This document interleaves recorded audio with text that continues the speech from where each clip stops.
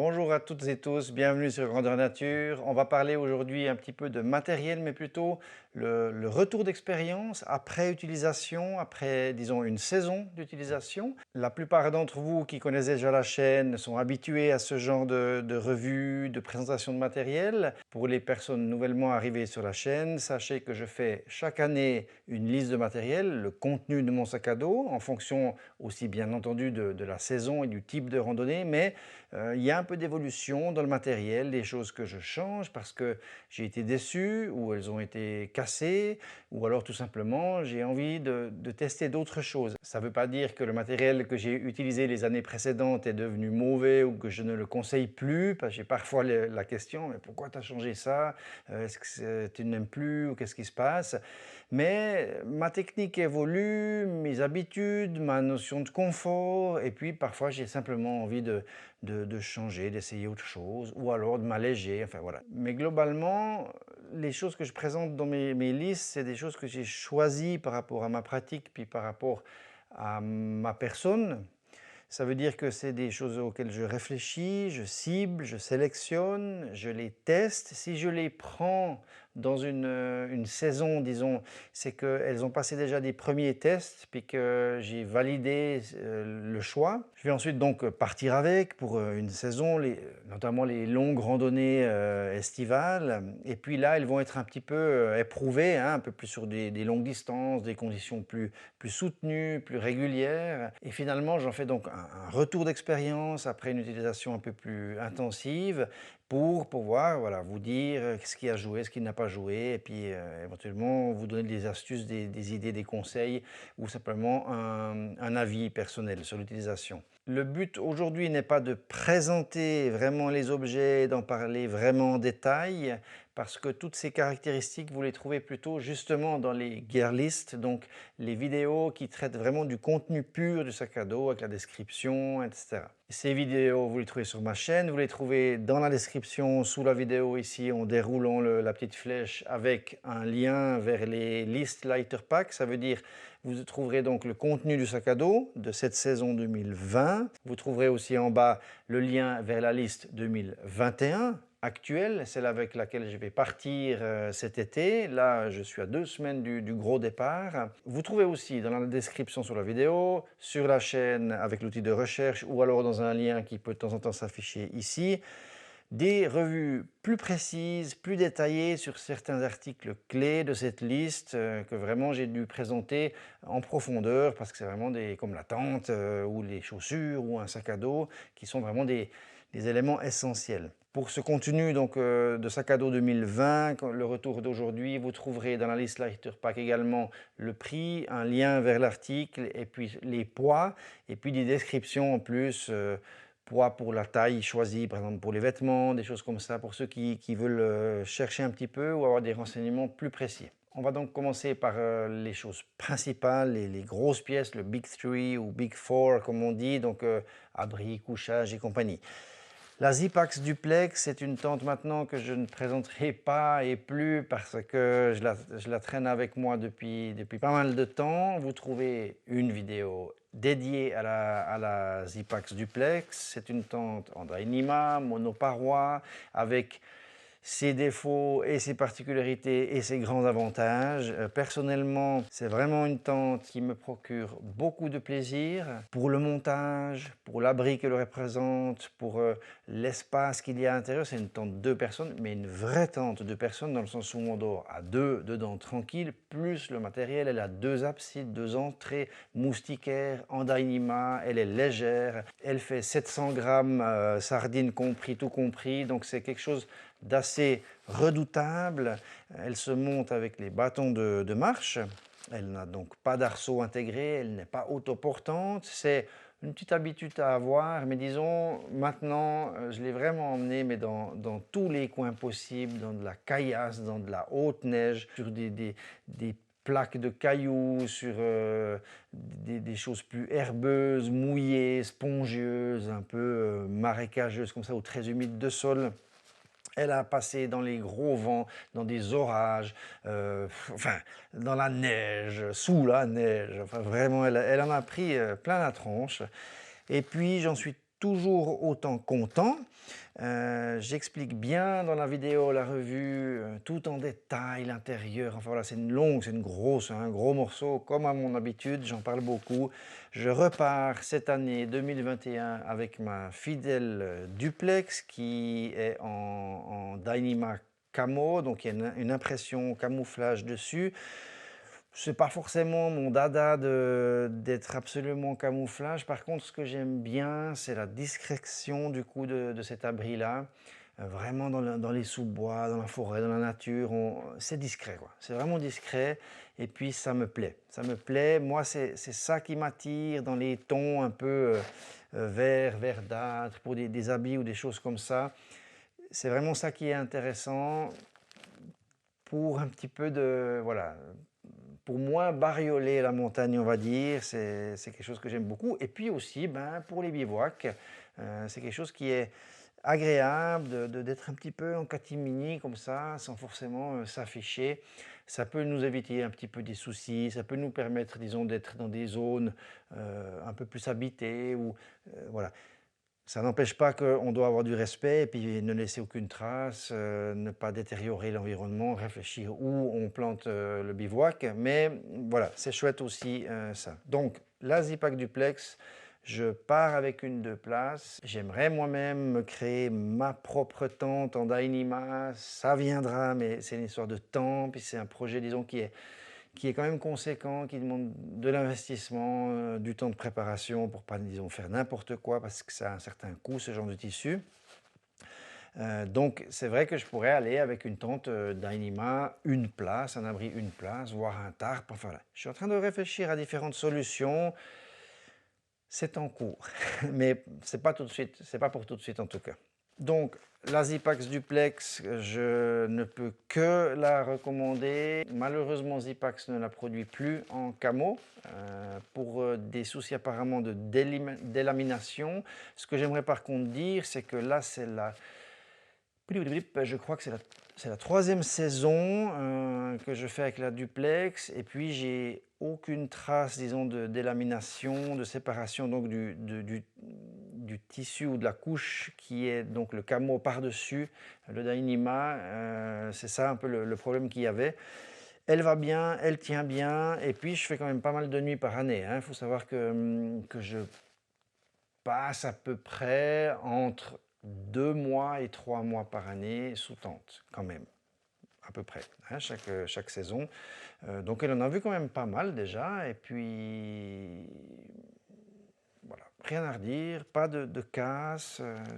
Je suis toujours très content et je la recommande, mais c'est un investissement qui est lourd. Disons que je pense que c'est pas le genre de prix qu'on va mettre si on fait une semaine de randonnée en été par année.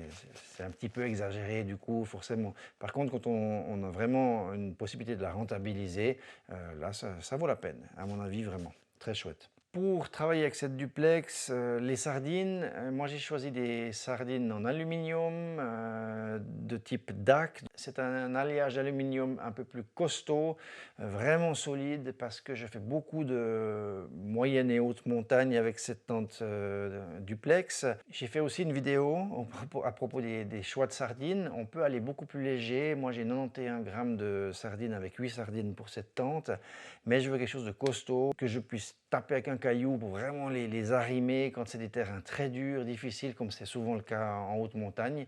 C'est donc vraiment ce que je conseille. Après, il y a voilà, des utilisations différentes. Suivant nos destinations, on peut prendre bien sûr quelque chose de plus léger, des sardines titane, etc. Je vous laisserai regarder peut-être cette vidéo si ça vous intéresse. Toujours dans le couchage, en 2020, je suis parti avec un matelas gonflable Thermarest. C'est le Uberlight, la version longue, en fait longue et large, donc il fait 65 par 190 des poussières. Bref, c'est la version large. Le Uberlight, c'est C'est un matelas qui est isolé, mais pas non plus isolé comme le X-Lite, donc le modèle jaune qui lui a une plus-value, une R-value de 4,6, 5, quelque chose comme ça. Ici, on est sauf erreur à 2,7, je crois, 2,4. Tout ça s'affichera.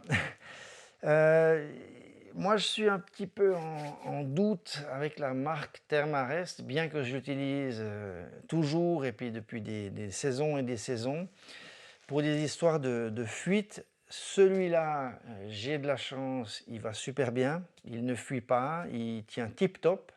Il y a eu pas mal de retours sur les Uberlight qui sont vraiment du tout léger parce qu'il y avait des fuites dessus, il y en a certains qui les ont percés. Moi, pour le moment, tout va bien. À savoir aussi que j'ai un petit matelas en mousse très fin que je mets sous ce matelas gonflable qui aide un petit peu éventuellement à éviter une ponction ou quelque chose voilà, qui pourrait être un petit peu trop agressif. J'ai par contre eu beaucoup de problèmes avec la marque Thermarest sur mes 5 premières commandes de matelas. Il y a 3 matelas neufs à réception que j'ai dû renvoyer. Donc si vous projetez d'acheter un matelas Thermarest, vraiment ce que je conseille, et je le dis et je le redis, un premier conseil pourrait être de ne pas acheter Thermarest. Et puis c'est presque ce que j'aurais envie de dire parce que c'est presque une fois sur deux où un matelas arrive chez quelqu'un et puis on le gonfle et en fait il fuit. C'est très compliqué, c'est très compliqué parce que j'ai testé des matelas Exped, il y a les Nemo isolés qui sont des super matelas qui sont souvent peut-être même moins bruyants, qui peuvent être plus confortables que les Thermarest. Par contre, il y a une chose qu'il faut laisser à Thermarest, c'est la légèreté. C'est vraiment les seuls qui arrivent à offrir des matelas qui soient autant légers. C'est les plus légers, vous pouvez aller dans tous les sens, tout essayer pour... on parle vraiment de la comparaison, bien sûr vous n'allez pas prendre une taille S contre une taille XL, mais pour la même taille et le même ratio de air value, donc d'isolation qui vous isole du sol pour ne pas avoir de déperdition de chaleur, Thermarest c'est les plus légers. Voilà, c'est tout. Actuellement, il n'y a pas mieux par rapport au poids. Donc du coup, c'est un peu compliqué, c'est compliqué voilà, de passer à autre chose. Je l'ai fait, mais tout de suite, on peut rajouter de 50 à 250 grammes hein, pour la même taille. Est-ce que c'est ça aussi parce qu'ils vont dans des matériaux qui sont trop fins, avec voilà, des zones de collage moins importantes et des choses comme ça qui font qu'au final, il y a plus de fragilité, mais moi je pense que ça va plus loin que ça, parce que ça tient, celui-là c'en est un exemple, j'en ai un autre, un X-Lite qui va tip-top, et puis voilà, 1 sur 2 par contre ne fonctionne pas, donc à mon avis il y a une erreur peut-être de conception, surtout une grave erreur de contrôle qualité avant envoi. Maintenant, est-ce que voilà, c'est peut-être pas forcément jouable pour eux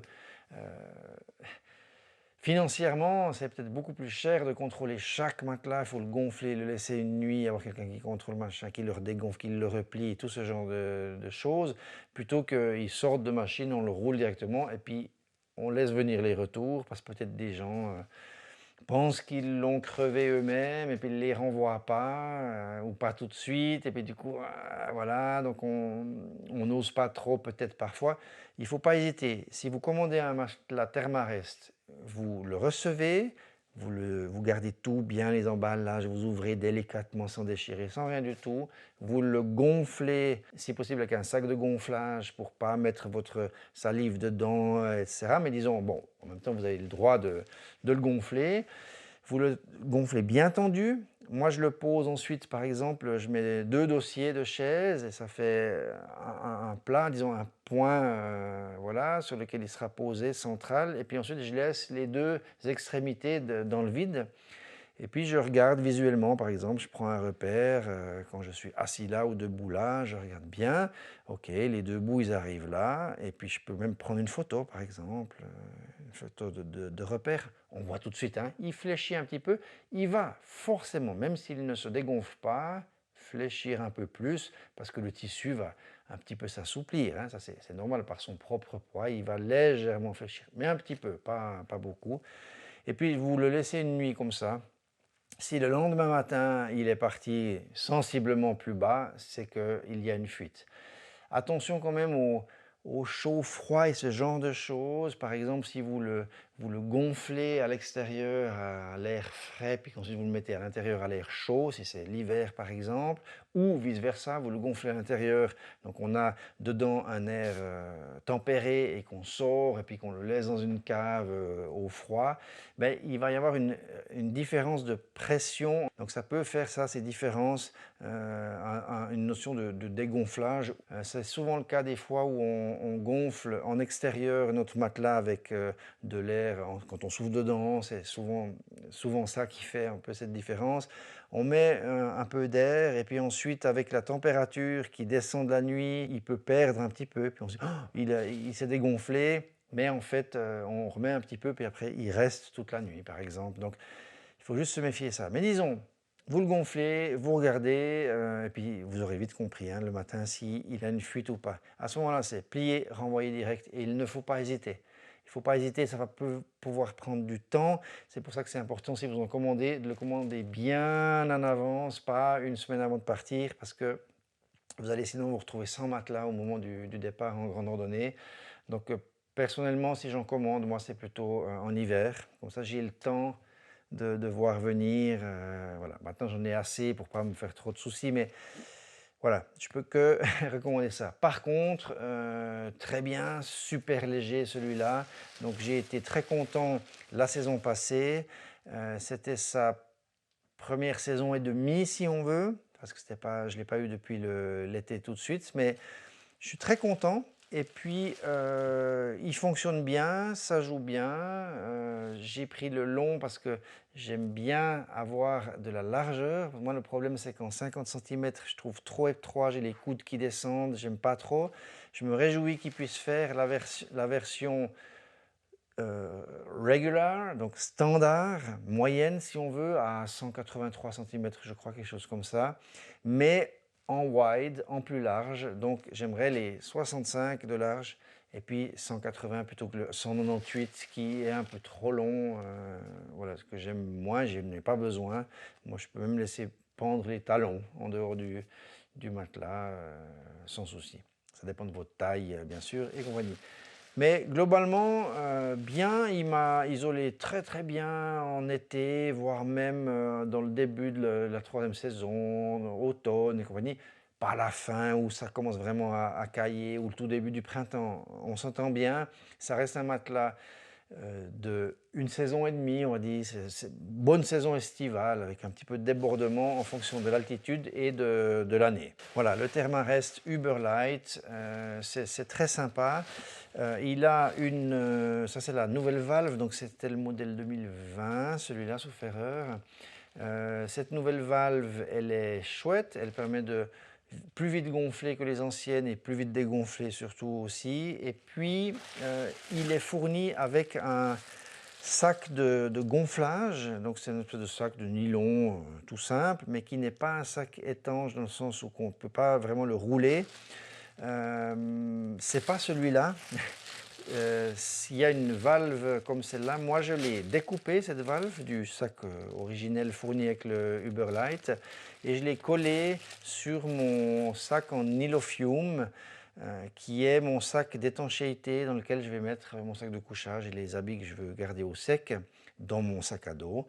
Et du coup, ça fait une double utilisation. J'utilise ce sac étanche comme pompe, donc je le branche ici, hein, je le clip sur la valve et puis je prends l'air qu'il y a dans ce sac, je roule et j'utilise ça pour gonfler mon matelas, ce qui fait que j'ai pas besoin de m'époumoner ni de mettre de l'humidité dans le matelas.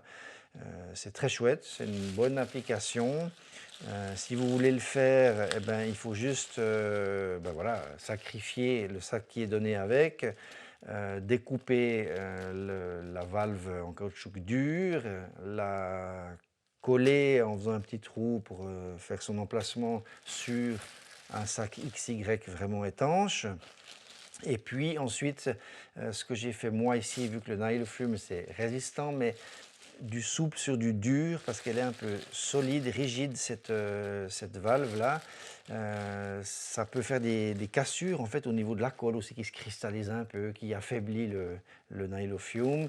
Du coup, j'ai mis du Scotch Dyneema ici pour renforcer cette zone disons de pli, de force. Voilà, pour renforcer, et ça tient bien là depuis une année et quelques, sans souci. Voilà, c'en est tout pour ce matelas. Je peux donc le conseiller, il est léger, il est bien isolé, mais voilà, attention avec Thermarest, allez voir ailleurs si ça ne vous dérange pas de porter un tout petit peu plus lourd parce que il y a beaucoup de problèmes de fuite.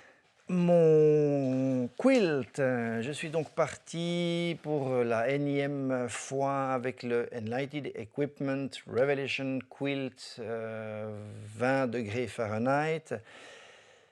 C'est donné comme un -6 sur leur site. Aux États-Unis, on donne plutôt la température limite, hein, limite confort, donc là où on bascule dans l'inconfort, donc -6. Je traduis ça par un 0 degré confort, à peu près, hein, donc c'est cette cible-là. Avec un 0 degré confort, c'est un peu trop pour tout ce qui est des bivouacs en vallée, en été ou en mi-montagne, ça peut être légèrement trop chaud. Par contre, je fais de la haute montagne, ça veut dire qu'en été, je peux dormir jusqu'à 2005, 2007, 2008, 3000 mètres d'altitude. Donc, il fait plus froid la nuit, on a facilement des gels nocturnes, donc on est vers des zéros. Si en plus, disons, la nuit précédente, il y a eu un peu d'humidité, que votre quilt n'a pas tout à fait réussi à sécher, qu'il a plu, que vous avez froid, que vous êtes fatigué, ces conditions-là, elles peuvent faire que vous n'arrivez pas très bien à vous réchauffer, l'isolation est un petit peu moins bonne, il gèle la nuit, et ça arrive sans problème hein, en été, en haute montagne. Du coup, c'est quand même quelque chose qui est correct, hein, d'avoir un 0 degré confort comme celui-là. Maintenant, j'avais trouvé avec le temps, avec les années, que tout à coup, il basculait plutôt dans, disons, dans un 2 degrés ou 3 degrés confort. Et c'est vrai que dès que je descendais en dessous de 3 degrés, voire même 4, je trouvais qu'il y avait une moins bonne isolation. Ça, c'est parce que je l'avais utilisé un petit peu intensivement et puis sans forcément dormir avec des manches longues ou des habits de protection, ni de drap de soie, de choses comme ça. Donc, je mettais de la crème aussi sur l'intérieur du sac. Et puis, tout s'était un petit peu tassé. Je l'ai donc lavé moi-même, j'en ai fait une vidéo, un tutoriel si ça vous intéresse. C'est une bonne grosse opération, hein, c'est quelque chose quand même d'imposant, d'important si on veut le faire soi-même. Mais voilà, ça lui a redonné du gonflant. Maintenant, il est très chouette. Voilà. Disons que globalement, le Revelation, ce produit-là, c'est quelque chose que je peux conseiller. En tout cas, l'utilisation quilt, qui est déjà un thème à la place d'un sac de couchage, c'est vraiment quelque chose de chouette. Ça laisse une place pour pouvoir bouger, une versatilité, on peut l'utiliser en couette, on peut bien s'emmitoufler, il n'y a pas de capuche simplement, hein. Donc ça c'est quelque chose à prendre en compte, ça dépend des pratiques. On a moins de tissu dans le dos, donc c'est ça qui fait aussi sa légèreté. On est à 655 grammes pour cette taille qui est un long et extra wide, parce que j'ai voulu le prendre très large pour pouvoir m'accommoder de mes épaules larges, mais aussi pour pouvoir quasiment le refermer complètement comme un sac de couchage plus ou moins. Donc voilà, c'est un choix, mais j'aurais pu prendre, même pour ma taille, 1,85 m et puis des épaules assez larges, j'aurais pu prendre quelque chose, pas le X-Wide, mais simplement le wide, large. Et par contre, le long, j'en ai besoin pour être couvert jusqu'ici, hein. Voilà, toujours content du produit, pas de problème. Pas de casse, disons. Bon, j'ai fait un accro, mais ça, c'est un accro vraiment moi-même que j'ai fait. J'ai marché. Comment j'ai fait déjà? Je crois que je l'ai chopé avec avec des crampons ou je ne sais plus comment. Voilà, ben, bref, j'ai fait un petit accro. Bon, ça peut arriver, même si c'est du style nylon 7D, donc c'est 7 deniers, hein, intérieur-extérieur. Ça, c'était mon choix chez Enlightened Equipment. Vous pouvez choisir des couleurs intérieur-extérieur, le type de tissu. Si vous prenez un quilt, on va dire customisable, voilà, c'est ça. Sinon, il y a des versions non customisables, un petit peu plus simple, entre guillemets, avec un tissu un tout petit peu plus épais. Et puis, on ne peut pas non plus choisir le degré de gonflant à l'intérieur. Celui-là, c'est un 950 cubic inches pour eux, ce qui correspond à un 850 maximum, hein, pour l'Europe. La construction, elle est simple mais bien faite. Voilà, c'est des entre guillemets petites entreprises, c'est pas de la production de masse, donc il y a un certain coût, mais personnellement, c'est une pièce de matériel que j'aime beaucoup. J'aimerais vous parler maintenant de mon sac à dos.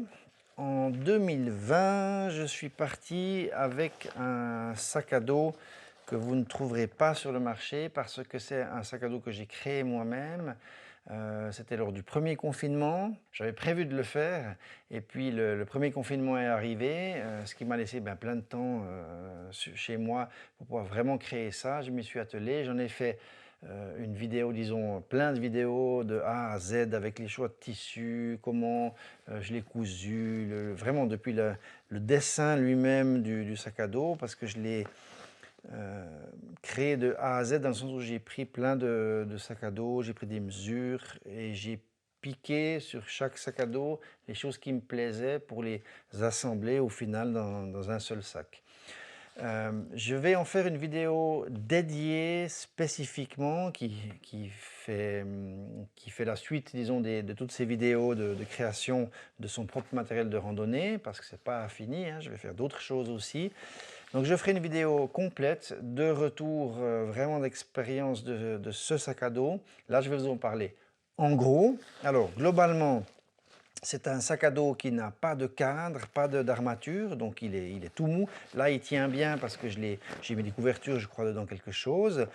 Mais en gros, tout s'est bien passé, tout s'est bien déroulé. Au point de vue de la solidité, de la structure du sac, il n'y a aucun souci. Mes coutures ont bien tenu. Disons que bon, je me connais, je fais des choses en général presque trop solides, donc un peu plus lourdes que si je faisais léger.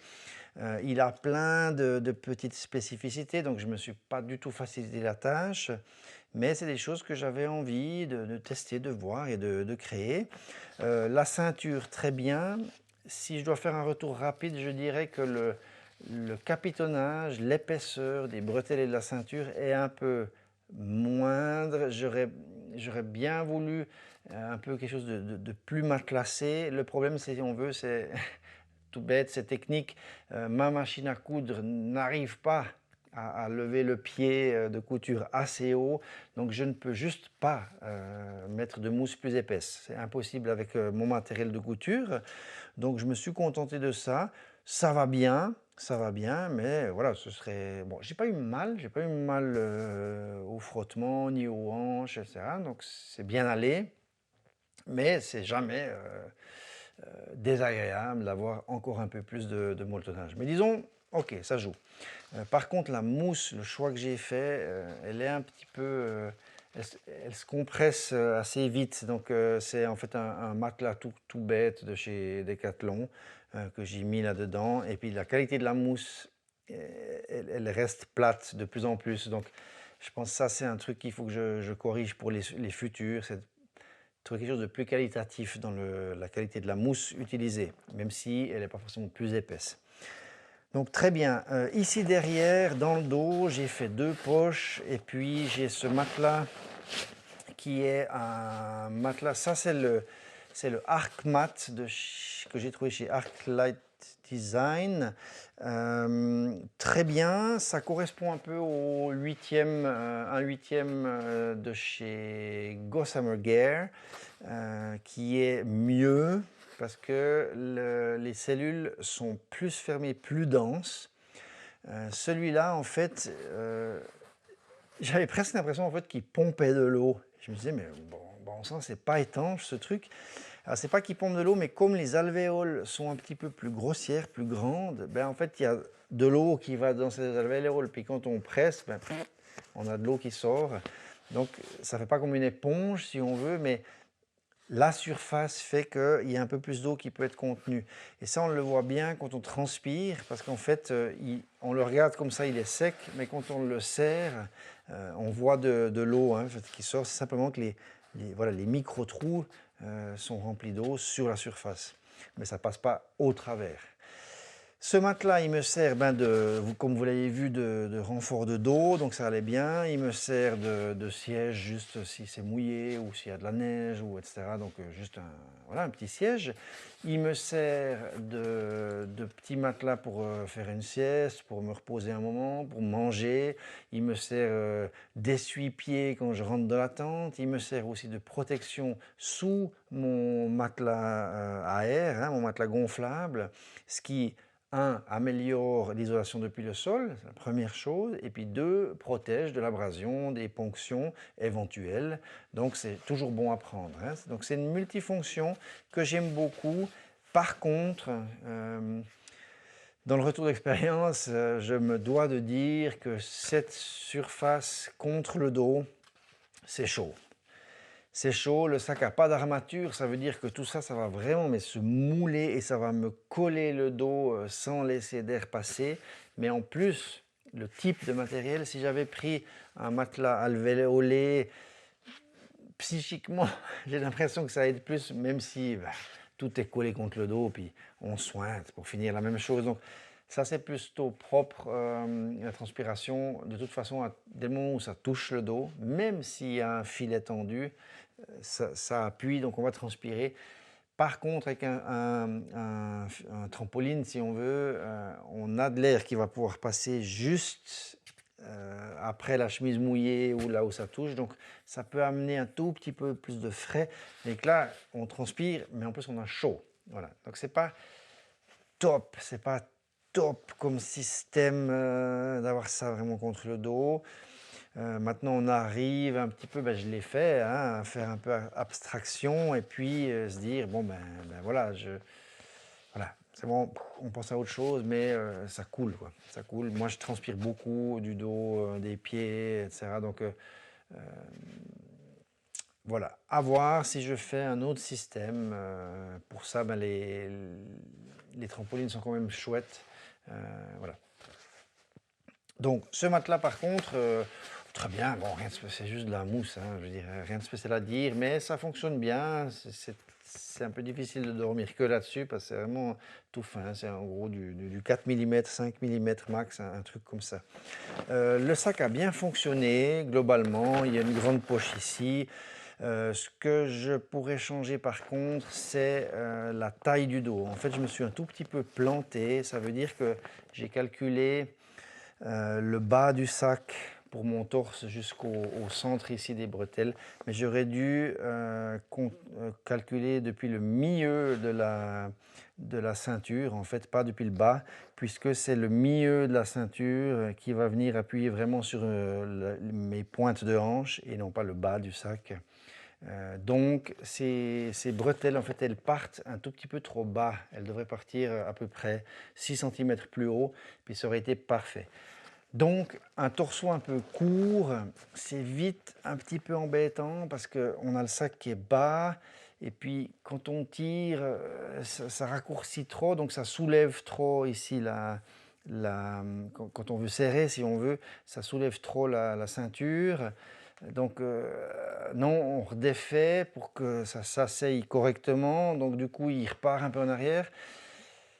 Voilà, j'ai juste senti que le dos est trop court, je me suis planté là-dessus, donc je vais devoir en refaire un une fois pour qu'il soit vraiment parfait. Je l'ai pas encore, j'ai pas eu le temps en fait de le faire, c'est pour ça que je vais changer cette année 2021 et je vais pas randonner avec ce chouette sac parce que il faudrait que je fasse une modification sur celui-là déjà pour commencer.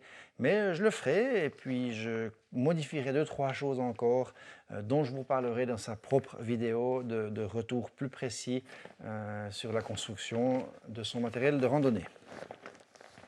On continue avec les chaussures. Alors, La Sportiva Jackal, je suis parti pour la première fois dans ma grande randonnée dans l'été avec des baskets de trail. C'était une première expérience qui s'est relativement bien passée. Je pense que c'est assez compliqué d'avoir tout. Ça veut dire un soulier qui soit léger, respirant, qui ait une excellente accroche, une excellente adhérence, et en plus un bon frein, et puis une protection parfaite, et puis etc. On n'y arrive jamais, hein. Donc il faut un petit peu faire des choix, des compromis. J'ai fait une vidéo dédiée, un retour d'expérience super précis et en détail des Jackal. Vous pouvez trouver le lien ici ou en dessous. C'est pas mal, je dirais. En gros, le confort, l'amorti est vraiment hallucinant. C'est vraiment comme des pantoufles, c'est très épais, hein. On marche vraiment comme dans des pantoufles, c'est super. Le déroulé est très bon. L'accroche du terrain est bien, c'est quand même relativement agressif, même si c'est pas très profond, mais disons, s'accroche bien, ça tient bien. Ce que j'aurais bien voulu, mais le problème avec les chaussures de trail, c'est que c'est prévu pour la course, donc on cherche vraiment à avoir un déroulé très bon, très souple, très roulant. Donc on a en général une semelle qui est plate. Et puis, on n'a pas de frein. Ce qu'on appelle le frein, c'est le décrochage juste avant le talon ici. Et moi, dans les milieux où je vais, j'aime bien avoir des freins parce que un coureur de trail, il a quasiment pas de sac, on va dire, hein, ou c'est un petit truc avec le coupe-vent, un peu de bouffe à boire et compagnie. Donc, nous, on a quand même, on est en randonnée, on a un sac qui fait 10 kilos sur le dos. Donc, on a plus de chargement, on est donc plus sujet à pouvoir glisser, faire des roulades, se rattraper que quelqu'un qui est en dynamique en courant puis qui attaque la pente, hein. Nous, on est sur la retenue avec un matériel, donc le frein est assez important pour pour crocher dans les racines, dans les descentes, dans les cailloux, et pour arrêter par exemple des cailloux qui roulent sous la chaussure. Si on marche sur une balle de ping-pong en caillou, si on veut, hein, un petit boulet avec un frein, ça peut le bloquer, le planter dans le terrain, puis nous aider à nous retenir. Étonnamment, avec cette chaussure, je me suis plié, je me suis vautré 2 fois assez méchamment dans la saison. La première fois, j'en ai d'ailleurs cassé un bâton de marche en me rattrapant complètement dessus. Vraiment, j'ai marché sur un caillou roulant et je suis parti comme ça. Ça peut arriver avec n'importe quelle chaussure, hein, je ne dis pas, mais étonnamment, 2 fois, alors que d'habitude quasiment jamais, en tout cas pas jusqu'à me retrouver cul par terre assez méchamment. La deuxième fois, exactement le même scénario, un caillou roulant. Voilà, j'ai quand même trouvé un peu bizarre que ça m'arrive pour la première fois que je porte en randonnée de haute montagne des chaussures qui n'ont pas de frein et de surcroît des baskets de trail. Donc je suis en test avec d'autres chaussures cette année, notamment les Topo Athletics Ultra Venture Pro, qui sont toujours des baskets de trail, un peu plus larges ici au pied encore, avec un autre type d'accroche en semelle, mais une semelle qui a une adhérence légèrement supérieure à celle-là. Je dirais que la Jackal, la Sportiva, l'adhérence est donc comment on colle la semelle, hein, au terrain, aux cailloux glissants. Et puis l'accroche, c'est le relief vraiment, ce qui vient crocher ou pas. Donc l'adhérence, elle est bonne. Voilà, elle est bonne, mais elle n'est pas non plus terrifiante. C'est ce que je pourrais dire. Pour l'usure et tout, très bon par contre. Alors, elles tiennent vraiment bien le coup, elles sont assez solides. Voilà, c'est des bonnes godasses, c'est bien leur première version, hein, elles viennent de sortir, donc la saison passée, c'est 2020 ça. Certainement il va y avoir une deuxième version où elles seront peut-être un petit peu plus élaborées, un petit peu mieux finies, un petit peu réfléchies différemment. Forcément une chaussure ça évolue. On sent, disons, que c'est un petit peu la première version, voilà, mais elles sont durables. Et puis par contre, un autre phénomène, c'est qu'ici, on n'a pas de décroche sur le tendon d'Achille.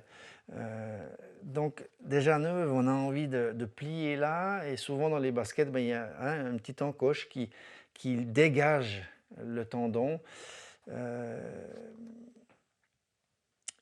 Et cette saison 2020, j'ai eu un petit peu des inflammations au tendon d'Achille. Voilà. J'ai eu d'autres choses aussi, donc c'est pas forcément que cette chaussure-là, mais disons, elles sont bien, mais j'ai envie de tester autre chose. Voilà. La revue plus complète, donc vous la trouvez sur la chaîne. On va passer maintenant un petit peu dans l'habillement et le matériel direct. Donc on a vu le sac en nylophium.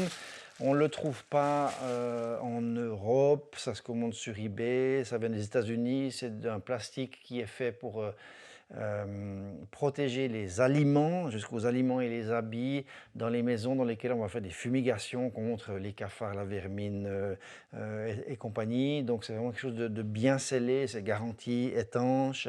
C'est un plastique qui a l'air tout bête, mais qui a une certaine résistance. C'est assez étonnant, qui se répare avec un petit bout de scotch. Donc c'est vite fait, ça marche super bien, je suis très content. Une micro-polaire avec moi, la Kuiu Peloton 97 sauf erreur. C'est une polaire qui dans ma taille, est-ce que c'est le L ou le XL? C'est le L, la Peloton 97, 150 grammes en L. Donc c'est vraiment de la micro-polaire, hein. C'est tout fin. C'est polaire brossé à l'intérieur. Elle est vraiment chouette.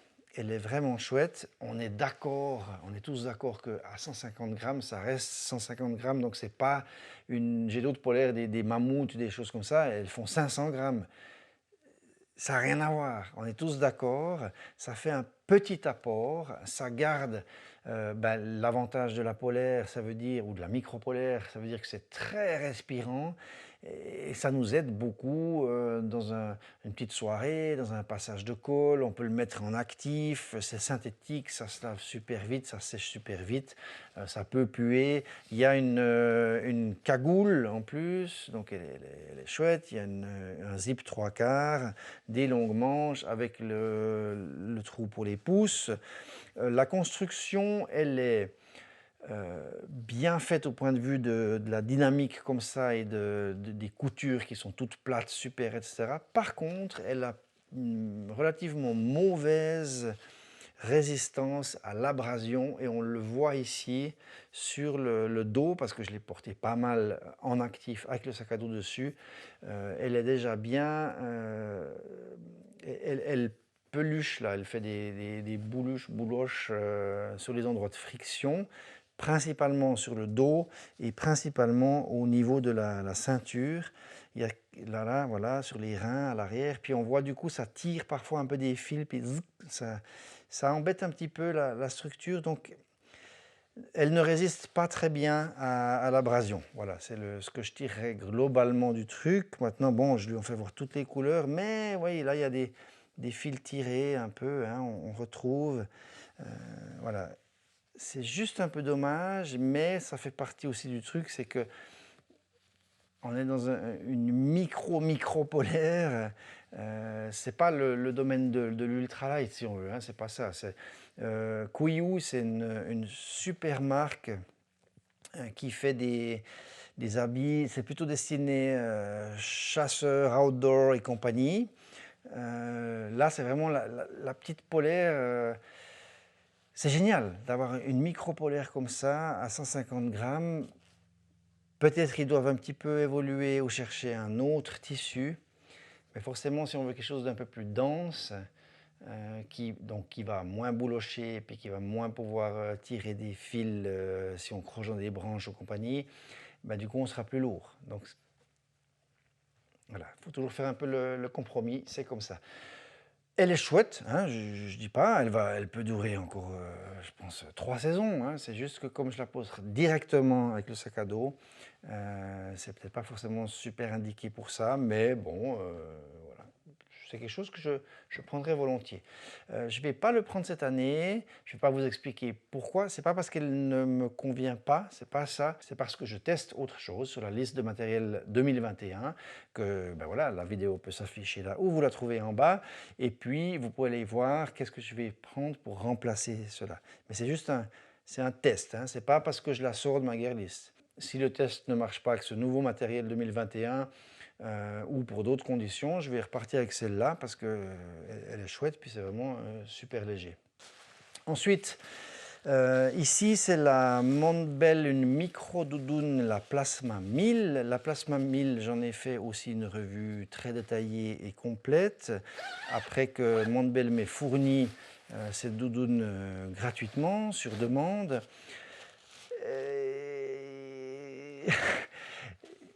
Elle n'est pas très très bonne, hein, ma revue vraiment détaillée que j'en ai fait, mon retour d'expérience. Disons que c'est un peu un ballon entre des points négatifs quand même importants et des points positifs importants aussi. C'est une des micro-doudounes les plus légères du monde, mais elle a un peu des manques. Elle n'a pas de poche, elle n'a pas de cordon ici en bas à la taille qui peut empêcher l'air froid de remonter. Elle est trop courte dans le dos, donc quand je me plie, elle me remonte ici, ça ne va pas très bien. Elle n'a pas de capuche. Voilà, c'est des choses un peu difficiles. Par contre, elle pèse 145 grammes, 145 grammes en L, et c'est un pouvoir gonflant de 1000 cubic inches. Alors c'est pas du tout la plus chaude ou dans la moyenne, disons, du line-up de chez Montbell, hein. C'est vraiment micro, et puis elle est dans les premières doudounes, disons. Voilà. Donc l'apport de chaleur, il reste moyen, modéré, disons. Je dirais qu'elle va, si on est en statique au camp, qu'on ne bouge plus, on ne se réchauffe plus, 10 degrés, 8 degrés, 7 degrés, voilà. Il ne faut pas qu'il fasse 5 ou 0, ce ne sera pas assez. Voilà. C'est un appoint, puis c'est le but, hein, c'est que c'est vraiment une doudoune qui va être déjà, bon, 145 grammes comme on l'a vu, mais qui va être aussi très compressible, vraiment qu'on met dans une... Elle a une petite poche, hein, mais on fait un tout petit truc. Hop, voilà, c'est un appoint tout doux, mais qui fait l'affaire. Moi, finalement, alors que j'en avais fait une revue, bof, je pensais plutôt tout à coup partir avec ma Torrid Apex, qui est une micro-doudoune synthétique avec capuche, poche, la totale, etc., mais qui fait 120 grammes de plus. Ben vous voyez, finalement, je la reprends quand même, parce que le poids à 145 grammes, c'est imbattable, parce que quand même, elle tient chaud, évidemment, hein, c'est du 1000 cubic inches, avec je crois 85-87 grammes de remplissage. Dans la revue, j'en parle très précisément et je l'explique. Et puis que, à ce taux-là de remplissage, avec ce grammage, et l'apport de chaleur que ça peut faire, ça me suffit en été, sachant que j'ai encore quand même une veste de pluie pour mettre par-dessus s'il le fallait, que je peux mettre un buff, un bonnet donc, que je peux avoir des cols roulés de nuit à manches longues pour mettre dessous, que je me mets au sec, et puis que j'ai un abri, et puis que j'ai encore un sac de couchage. C'est une nuit où ça ne le fait pas trop. Pour ces conditions-là, pour cette utilisation-là, pour ce minimalisme-là, du coup, oui, je peux la recommander dans cette optique-là. Sinon, je ne partirais pas avec, quand même. Mais c'est très, très spécifique, je dirais. Si vous cherchez une micro-doudoune pour un peu tout faire, c'est pas celle-là qu'il faut choisir parce qu'elle n'a pas de capuche, parce qu'elle est un peu courte dans le dos, parce qu'elle n'a pas de cordon serrage ici à la taille, ce qui est important hein, quand même pour quand il y a du vent et compagnie. Mais personnellement, moi par contre, je la reprends parce que c'est imbattable et ça me suffit. Et 145 grammes, je prends volontiers. Voilà, ensuite, toujours de chez Montbel, l'ensemble de pluie, c'est l'ensemble Versalite. Donc il y a une veste Versalite. Vous trouvez aussi une revue super détaillée de cette veste. C'est une des premières pièces que j'ai achetées chez Montbel. C'est d'ailleurs cet achat et c'est la revue que j'en avais fait qui a déclenché le fait que Montbel m'ait contacté pour me proposer des produits en test gratuitement, que je pouvais tester, et m'équiper chez eux, disons, voilà, pour pouvoir faire des revues, regarder, et puis ben, avoir la chance, c'est vrai, de piquer des choses dans leur matériel euh, pour différentes utilisations, les grands froids, de la longue distance, et puis je teste un petit peu des choses avec eux. C'est pour ça qu'il y a beaucoup de Montbel, hein, d'ailleurs. La Versalite, je l'avais choisie, elle est connue des true hikers américains, pas mal. C'est là-bas que j'en ai entendu parler en premier. C'est une veste, de nouveau, qu'il faut un peu cibler. C'est une veste deux couches. Donc la première chose, c'est qu'elle est faite en Gore-Tex Windstopper, qui n'est pas un Gore-Tex traditionnel, vraiment pur, imperméable, comme on le connaît, etc. Le Windstopper, c'est à la base destiné à pas être complètement hyper étanche, mais à quand même laisser une respirabilité idéale. Et c'est une veste deux couches. Donc on n'a pas ici vraiment une veste de pluie trois couches. Elle fonctionne bien. La seule chose qu'il faut, disons, spécifier, c'est on dépend aussi de la couche extérieure en nylon et de son imprégnation hydrophobe. Donc le Durable Water Repellent, DWR, les produits qui sont appliqués sur le nylon en extérieur, sont très importants et il faut l'entretenir pour qu'elle reste bien imperméable, parce que si on compte que sur le Windstopper, lors de fortes pluies, de longues journées, et puis à répétition et compagnie, on va commencer à avoir des soucis. Sur cette saison 2020, on a pris des orages, on a eu notamment une journée qui était compliquée avec un copain dans des névés, puis ça, vraiment, il pleuvait fort, tout était trempe et compagnie. Je suis resté au sec. Après, elle est fine, hein, c'est très fin, c'est léger, on est à quelques centaines de grammes, donc ça reste dans l'ultra léger, on va dire. C'est pas forcément la veste de pluie et l'ensemble, parce que si vous avez les pantalons, que je recommanderais si on est dans l'Ouest canadien pour des semaines en faisant de la chasse et puis qu'il pleut tout le temps, etc.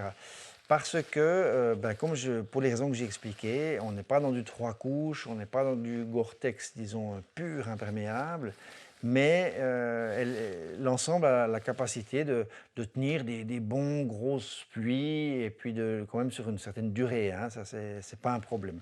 Par contre, si c'est du non-stop en automne, il faudra plutôt prendre un ensemble de pluies trois couches en Gore-Tex, voire Gore-Tex Pro, des choses comme ça, un peu plus lourd, et puis qui va prendre, qui a la capacité, disons, qui est créé pour ça, pour suivre des jours et des jours et des jours de pluie. Voilà. Sinon, c'est chouette parce que c'est léger, c'est pratique. Il y a aussi une vidéo, hein, une revue complète des pantalons Versalite.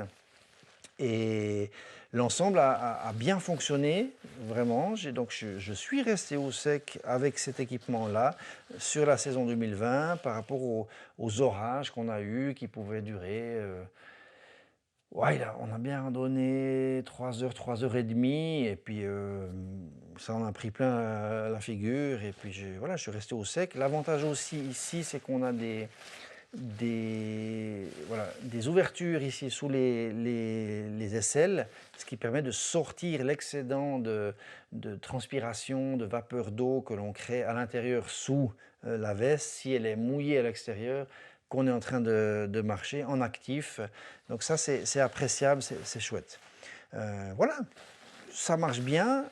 Cette année, je ne pars pas avec cet ensemble-là.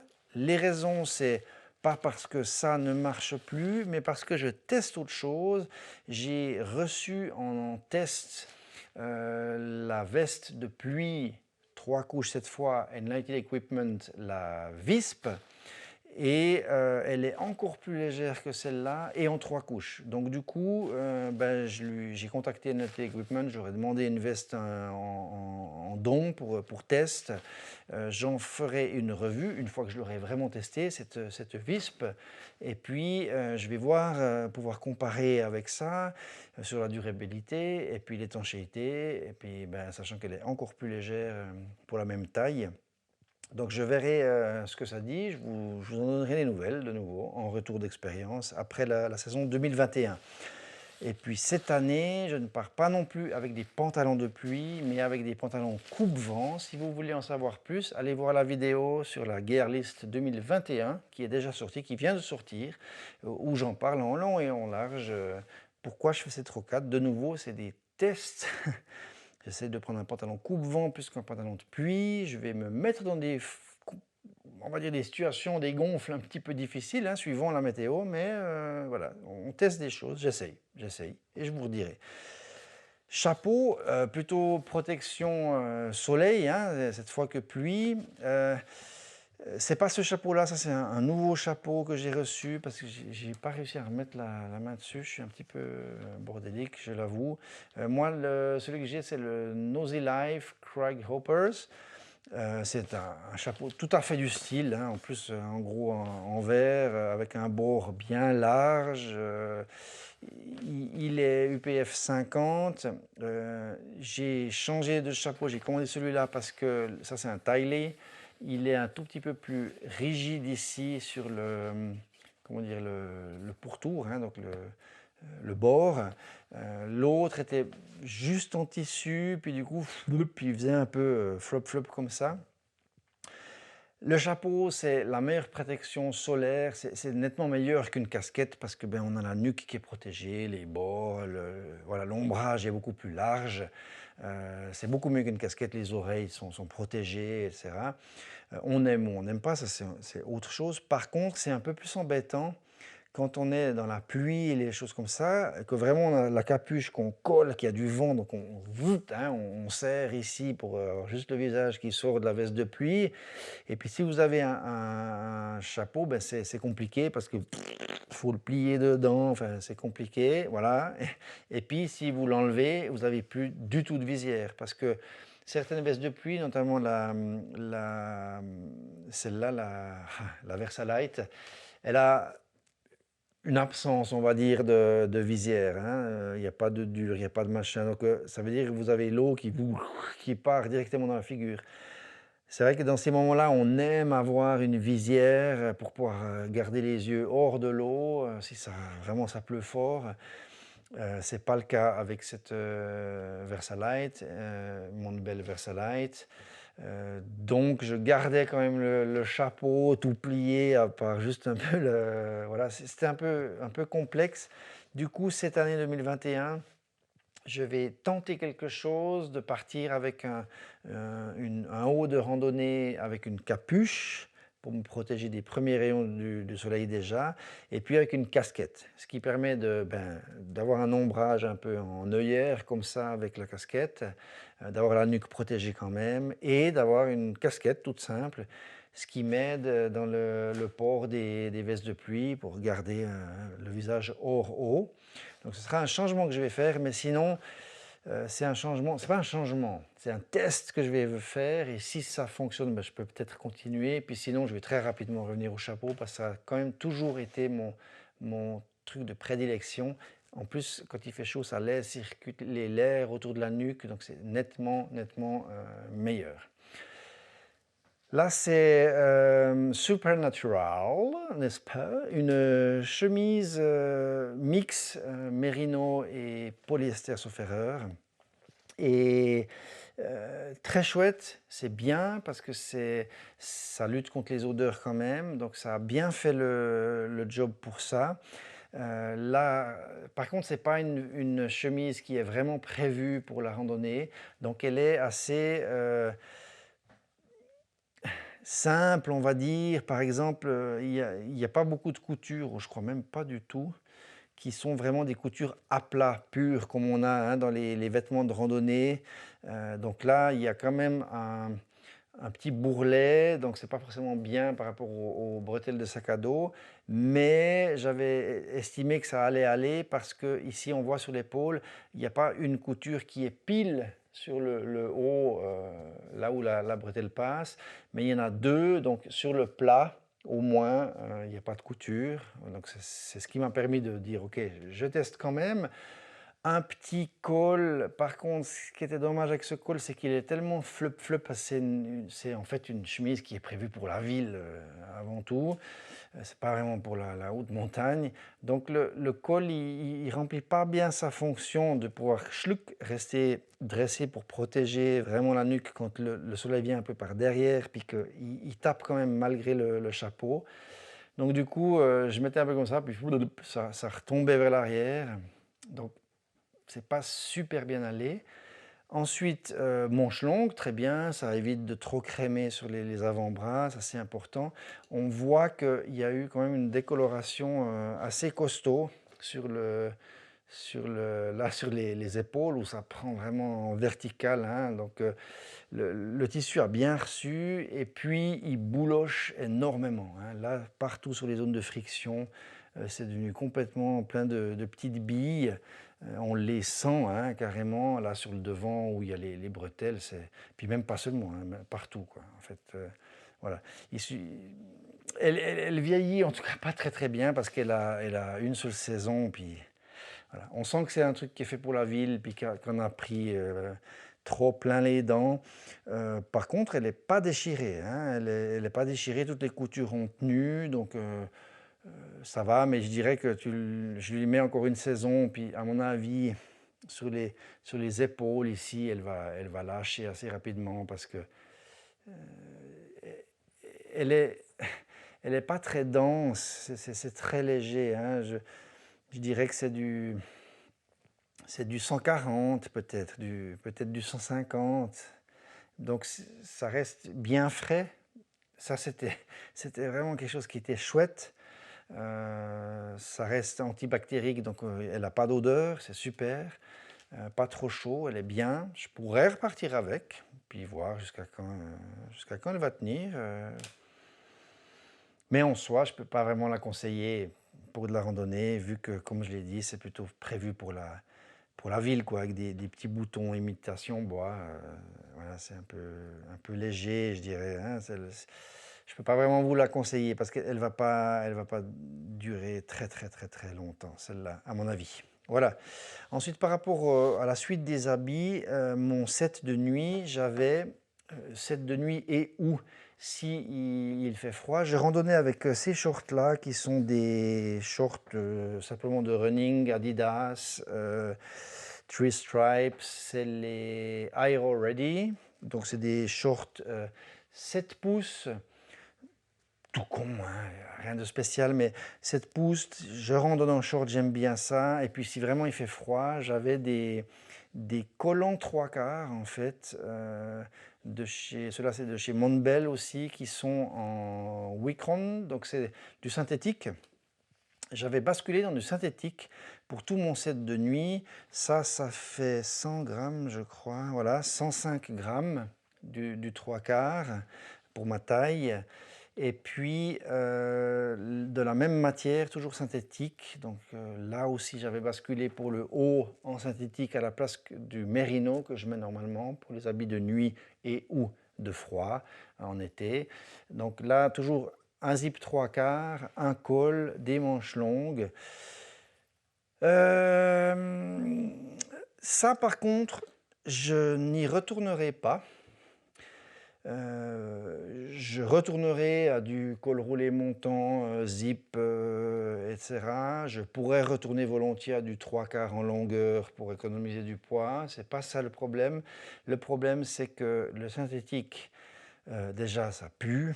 Et puis quand vous êtes dans des longues distances et surtout en plus pour les habits de nuit, tu rentres dans un machin qui pue vite, qui prend les odeurs du reste, s'il y a eu du linge sale un petit peu dans la zone, puis je trouve au final qu'il vieillit pas très bien, et puis ni en odeur, ni en texture, je trouve pas très résistant, il devient un peu floppy, je trouve comme ça.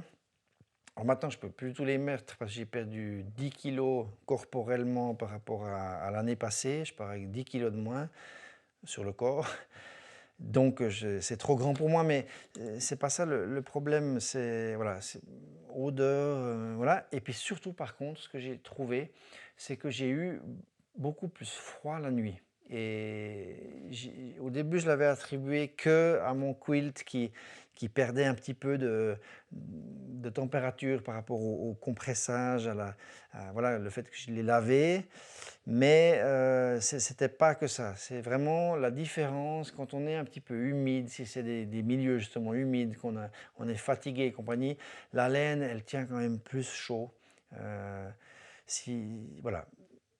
Et je ne repartirai pas avec du synthétique pour mes habits de nuit, ça c'est terminé, c'est sûr.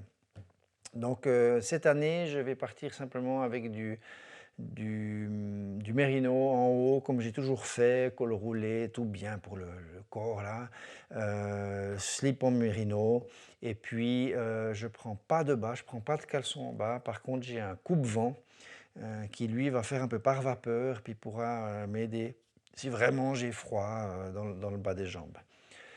Le bœuf, toujours bien, bœuf en mérino, pour les odeurs, pour la chaleur, pour continuer à avoir chaud, même si on est humide, voire mouillé, hein, ça peut aider aussi, ça c'est important. Multi-utilisation, tête d'oreiller, bonnet, cagoule, essuie-tout, voilà. Très très bien, le bœuf, c'est un incontournable. Au point de vue de l'hygiène, j'avais utilisé la Airlight de Sea to Summit, donc c'était une nouvelle version de leur serviette microfibre, super légère. J'avais pensé légèreté, mais ça ne l'a pas fait, parce que par rapport à cette surface-là, qui est la même surface que j'avais habituellement avec toujours la Sea to Summit,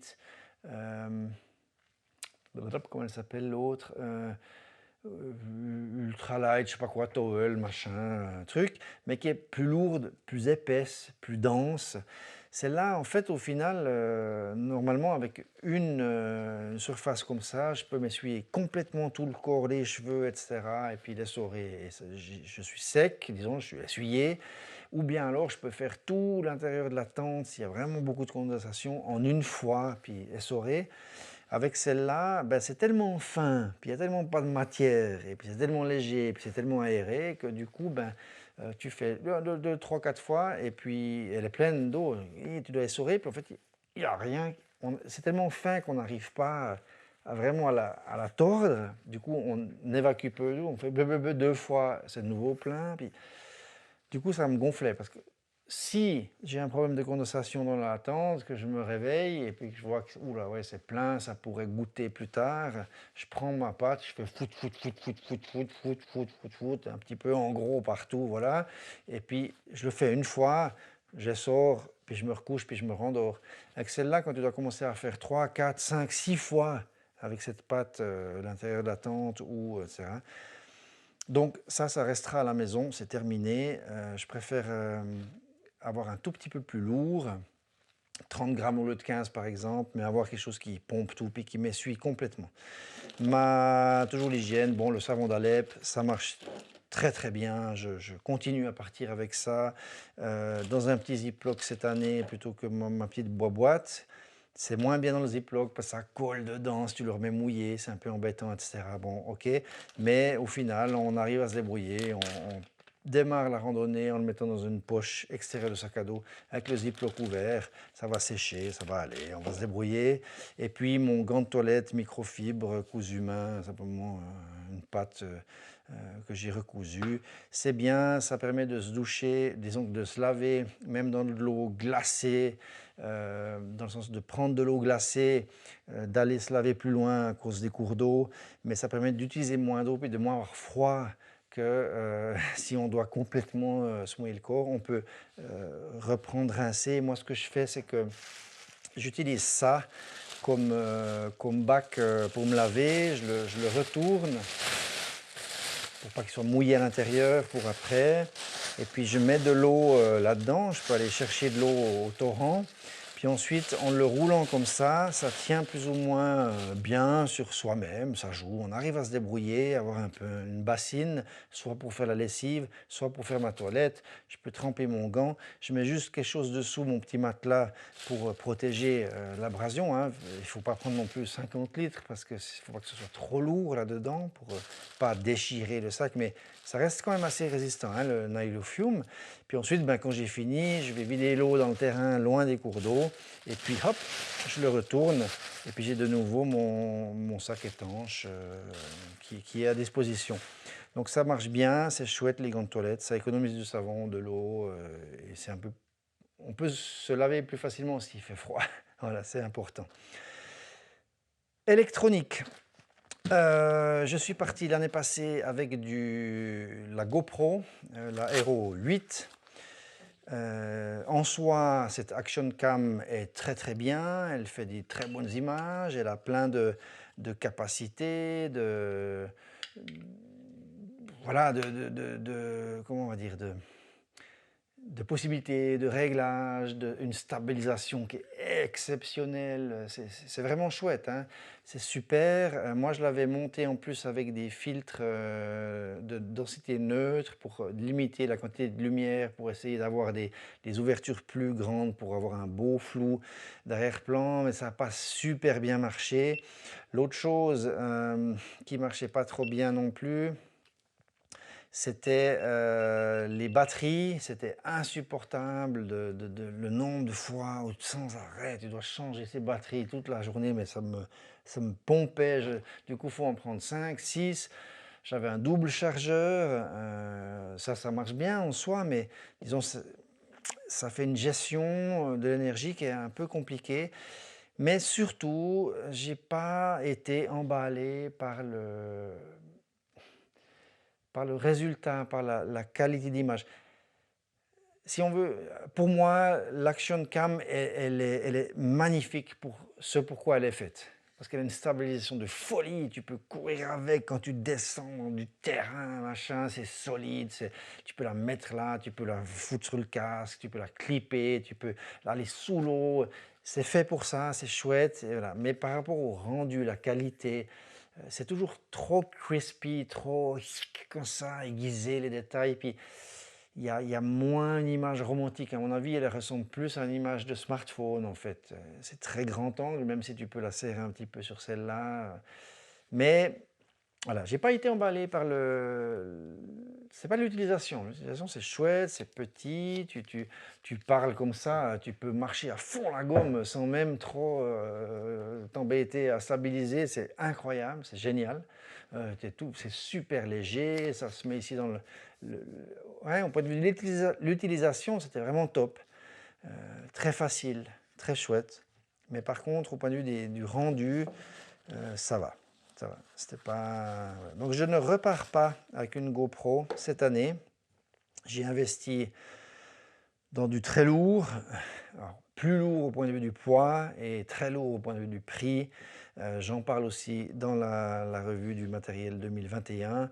Je pars avec une caméra, un appareil photo plein format de chez Sony, le A7C. J'ai aussi investi l'A7S III. Enfin bref, beaucoup d'investissements pour la chaîne, pour vous faire des rendus mieux, disons, d'une autre qualité.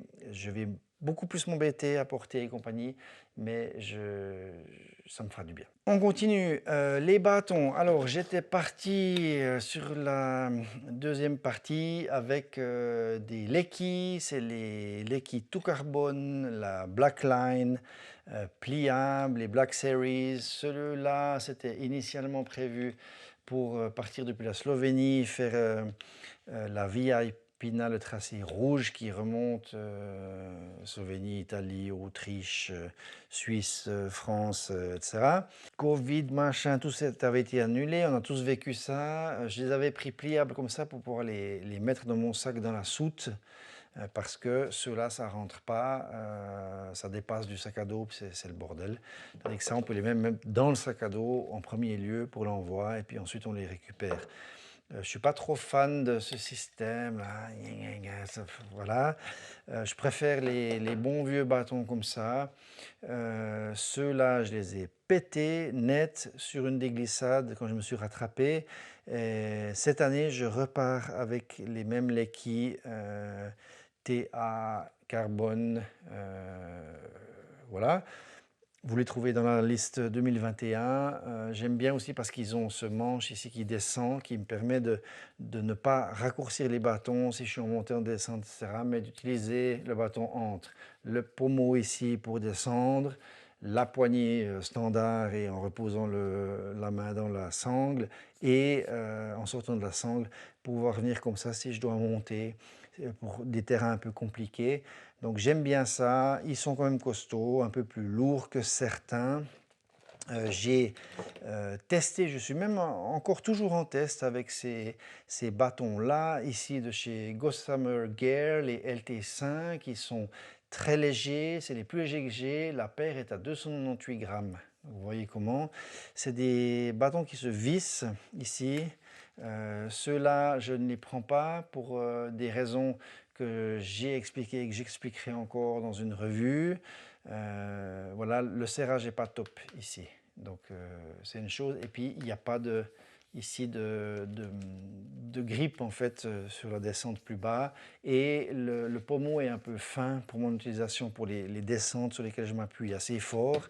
Ici chez Montbel, l'Alpine Pole est un peu mieux, il est aussi en carbone. Par contre, la fermeture ici, elle tient. J'ai jamais eu de glisse, de descente, même sur des reprises de corps, une fois que je glissais ou des choses comme ça. C'est par contre moins bien que les locks clic-clic. Le Montbel Alpine Pole, il existe en version Speedlock, donc du coup, ça pourrait faire l'affaire.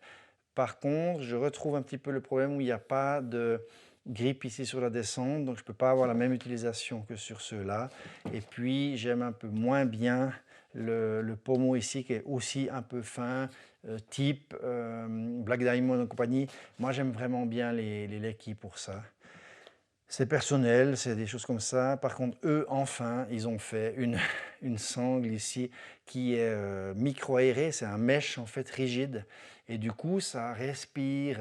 Vous ne pouvez pas faire ça partout, s'il vous plaît, les autres, les quilles, compagnie, là, parce que ça laisse respirer plutôt que de pétaillousser sous ces grosses sangles, puis qui tiennent chaud, puis qui ne sont pas top. Donc ça, j'aimerais bien avoir un pommeau comme ça, s'il vous plaît, plus gros, une petite descente en mousse quand même ici, et puis c'est bingo. Et puis je partirai avec ceux-là. Voilà, bon, on est dans les choses ustensiles. L'année passée, je suis parti avec le Euroschirm, qui est un parapluie pliable que j'ai pété ici. C'est la dernière baleine qui a pété lors d'un coup de vent un peu tempétueux. Du coup, je ne comprenais pas tout à fait pourquoi Montbel avait fait une version avec les dernières baleines qui se cliquent, qui se défont, en fait, qui se cassent, entre guillemets, mais volontairement. Et en fait, j'ai compris qu'après, que c'était pour les coups de vent, pour pas que ça pète. Donc bien vu, par contre, c'est plus laborieux pour les replier. Là, vous avez vu, je fais blablabla, je plie, voilà, bon, c'est fait. C'est-à-dire que sur l'autre version de chez Montbel, c'est moins facile. Mais en l'occurrence, celui-là, il n'a pas tenu. C'est un parapluie parasoleil, donc il est UPF 50. Il vous fournit une ombre absolue, complète. Vous randonnez à l'ombre pour le haut du corps. Je le fixe sur la bretelle ici, j'ai un système, et puis ça me protège de la pluie en me laissant les mains libres encore. Ça couvre même un bout le haut du sac à dos. Et puis, surtout, ça, dans les coups de chaud, quand vraiment c'est le cagnard, on est à l'ombre, on peut enlever la casquette, enlever le chapeau, se mouiller les cheveux. Ah, il y a de l'air qui circule, on redonne à l'ombre, c'est génial. S'il n'y a pas des grands vents, ça marche très bien. Puis sinon, ben, on met les protections habituelles hein, qu'on a prévues. Ça pèse environ 200 grammes suivant les marques. Cette année, je prends un Montbel qui est le tout nouveau Travel Sunblock Umbrella et qui est, lui, à 100... Je ne sais plus. Bref, vous le trouvez sur la liste 2021. un peu plus léger que les 200 grammes habituels ou compagnie de ces petits-là, pliables. Les plus solides, c'est les longs, ceux qui ne sont pas pliables, tout petits comme ça, notamment le Euroschirm, la longue version. D'une pièce, donc ça c'est vraiment le plus lourd mais le plus costaud pour les true hikes et des trucs comme ça. Moi, comme c'est pas un true hike, c'est des randonnées longue distance, mais par ici, entre guillemets, chez nous, j'aime bien le truc petit parce que je le prends vraiment comme ça, hein. Je le mets avec les bouteilles d'eau dans les poches latérales, j'arrive à le prendre, à le remettre, à me déplier, sans m'arrêter. Donc j'aime bien ça, mais c'est plus fragile, hein. Le sac de nourriture, toujours en Dyneema de chez Zipax, il a maintenant 3-4 saisons, aucun trou, tout bien, ça limite les odeurs, c'est étanche, je peux le laisser dehors suspendu à un arbre, donc on le roule comme ça, on clip, on peut le suspendre, même s'il prend la flotte, c'est pas grave, c'est résistant à la déchirure, ça ne va pas percer les aliments, les choses comme ça, c'est tip top. Ça fonctionne très très bien. Je continue avec ce système-là. Ma popote, mon set, je ne vais pas le représenter parce que vous pouvez voir aussi, ben, vous avez la gear list, la vidéo, hein, de la gear list, cette gear list 2020, la présentation avec tout le détail, les explications, mais en gros c'est une popote titanium de chez Taux, 700 ml, mais c'est la version light, donc elle est très légère, elle fait 82 grammes, voilà, 82 grammes avec son couvercle, donc c'est super léger. Elle commence à avoir de la bouteille là, elle tient bien, ça marche bien, une petite étoupe, un petit parfum en alu là-dedans, le tout dans un petit sac d'Ainima, ça pèse du coup rien du tout. Je pars avec la même chose, le petit réchaud BRS 3000T, très très bien, super léger, 25 grammes le réchaud, ça fait de nouveau lui 3 saisons que je l'ai, il fonctionne bien. Les petites cartouches de gaz en faisant un repas chaud le soir et de temps en temps, mais plutôt tous les 4 matins, un petit café ou tous les 2 matins, un café, mais je ne fais pas bouillir l'eau, c'est juste une toute petite dose au fond de la tasse, réchauffer l'eau bien jusqu'aux 90 degrés, hein, du café bien réglé. Je tiens 3 semaines environ avec une petite cartouche de gaz. Donc c'est parfait, c'est très bien. Le Filtre Be Free, Catadine, la pochette, elle a maintenant 3 saisons, je crois. Les têtes, par contre, je les change toutes les 2 saisons à peu près. Celle-là, elle a fait toute l'année passée, elle va faire toute cette année sans problème. Puis après, bon, ben, c'est pas une histoire de quantité, mais de temps en temps, je réinvestis pour avoir un débit un peu plus fort. Puis surtout, en 2019, j'ai pris de l'eau dans un glacier, j'avais plus de choix, qui était pleine de sédiments, hein, de calcaire dedans, ça flottait, elle était grise opaque l'eau, et du coup je l'ai complètement encrassé, donc j'ai dû le changer là après, voilà. Débit parfait, ça me fait une capacité d'1 litre, j'ai 2 bouteilles en PET d'1 litre sur les côtés, donc je porte 1,5 litre le long de la journée, mais quand j'arrive au camp, je peux remplir les 2 bouteilles d'1 litre, plus ça me fait 3 litres pour un peu me rincer, pour faire à manger, des cafés, des machins, puis le lendemain matin, et boire la nuit éventuellement. Donc c'est pas mal d'avoir 3 litres, c'est super. Rien à redire non plus sur ma trousse relativement minimaliste, mais quand même, il y a quand même pas mal de trucs. Dans ce Ziploc, j'ai mes documents, les sous et compagnie. Ensuite, j'ai brosse à dents, dentifrice, j'ai quelques petites lingettes un peu comme ça, j'ai quelques pansements, des petites choses, une compresse. Voilà, ça reste très restreint. Des crèmes, crème pour les pieds, du baume du tigre, un peu de bétadine, une épingle de nourrice de sûreté, une lime à ongles, des bouchons pour les oreilles pour les gros vents, les orages, quand on est sous tente, ça fait du bien. Et puis du, du scotch médical, micropore, un peu comme ça, fin, pour prévenir les ampoules. Dès que je sens que ça chauffe, j'en utilise un petit peu, ou faire le tour d'un doigt de pied si ça frotte un petit peu. Voilà, des choses simples, ça fonctionne bien, il n'y a pas besoin de prendre trop. Voilà, c'est à voir comme ça. L'année passée, moi je suis parti pas tout le temps avec des crampons. Au début, je suis parti sans, puis ensuite j'étais avec un ami, sachant qu'on allait faire des trucs un petit peu costauds, puis en plus que lui n'était pas très habitué à la montagne. J'avais des crampons, c'est les Petzl Léopard FL, ceux-là, donc à sangle, qui peuvent se mettre sur des souliers plutôt typés approche. Là-dessus, ça va pas très bien aller, hein, ça, parce que c'est trop souple en fait. Donc lui, je le chaussais avec ça. Ça joue très très bien. C'est vraiment des crampons alu, assez légers, mais qui permettent vraiment de bien travailler, comme des vrais crampons. Puis moi, j'avais des crampons micro spikes de à peu près 1,2 cm dedans. Donc pas des micro, mais des moyens, on va dire.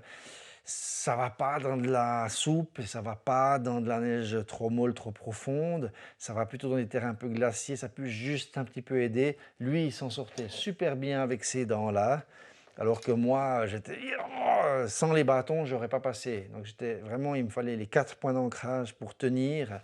Donc voilà, il faut faire gaffe à ce qu'on utilise. Je le savais, hein, que ça allait être plus difficile pour moi, mais surtout, c'est ceux qui ont les bandes caoutchouc qui s'enfilent vraiment et ça convient à ce genre de chaussures par contre. Donc c'est vrai que c'est des fois compliqué, mais ça c'est à cause de mon choix en basket de trail. Peut-être cette année, je repartirai plutôt avec les chaussures d'approche, les La Sportiva TX4 qui sont vraiment top, qui sont un tout petit peu plus dures sur le talon et dans le déroulé parce que c'est des chaussures d'approche et non pas de grande distance et de déroulé, de confort et compagnie. Par contre, qui sont beaucoup plus rigides comme ça, hein, dans la forme, et puis qui ont un pare-pierre complet, qui sont en cuir nubuck. En fait, c'est un autre type de chaussures et qui ont peut-être plus de polyvalence, mais en restant plus chaude, hein, par rapport à l'été et tout ça. Voilà, je pense que j'ai fait bien une bonne grosse revue, ou plutôt retour d'expérience de ces choses-là. Vous voyez qu'au final, il y a des pièces qui ne bronchent pas, des pièces maîtresses, qui sont des choses, disons, qui sont vues et revues et qui ont été éprouvées et qui fonctionnent vraiment bien dans mon type de randonnée. Maintenant, je change quand même, vous voyez, pas mal de choses, dans le sens que ce n'est pas changer, mais je vais tester pas mal de choses différentes cette année. Je vous propose de nouveau, je vous rappelle d'aller voir la Gear List 2021 qui vient de sortir, avec des switches, des choses que je laisse, des choses que je prends en plus quand même, des choses différentes. En tout cas, il y a du changement, hein, parce que si on réfléchit, ça c'est changé, ça s'est changé, ça s'est changé, ça s'est changé, la chemise est changée. J'ai fait pas mal de changements cette année 2021 encore. Je suis plus léger dans le matériel comme ça, mais plus lourd en vidéo. Donc du coup, je vais prendre à peu près 600 grammes de plus que cette liste-là. Mais avec voilà, des ciblages un petit peu différents. On en reparlera cet automne, ou disons après les grandes randonnées de cet été. D'ici là, je vous souhaite vraiment des très belles randonnées, un bel été. Ce n'est pas parce que je pars en randonnée qu'il n'y aura plus de vidéos. La fréquence des vidéos hebdomadaires va rester là. Abonnez-vous à la chaîne. Merci de me mettre un petit pouce bleu si ça vous a aidé, si ça vous a plu. Ça soutient la chaîne. Vous abonnez aussi, soutient la chaîne. Et surtout, vous met au courant de toutes les vidéos qui sortent. C'est au minimum une vidéo par semaine. Donc abonnez-vous avec grand plaisir. À la prochaine tout le monde. Prenez soin de vous et bonne randonnée. Ciao, bye bye.